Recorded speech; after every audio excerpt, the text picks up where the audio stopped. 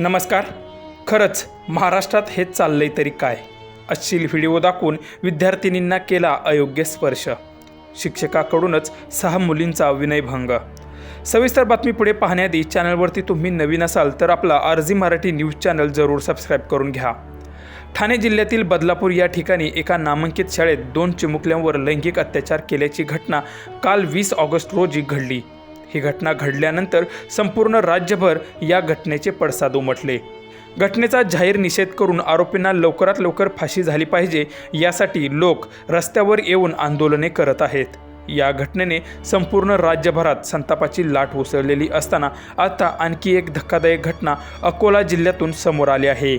जिल्हा परिषदेच्या शाळेतील 42 वर्षीय शिक्षकाने 4 महिन्यात 6 मुलींचा विनयभंग केल्याचे आढळून आले आहे. विद्यार्थ्यांना अश्लील व्हिडिओ दाखवून त्यांना अयोग्य स्पर्श करणे या शिक्षकाला चांगलंच महागात पडले आहे.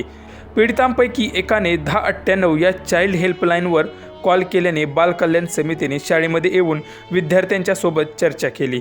तेव्हा हा प्रकार उघडकीस आला.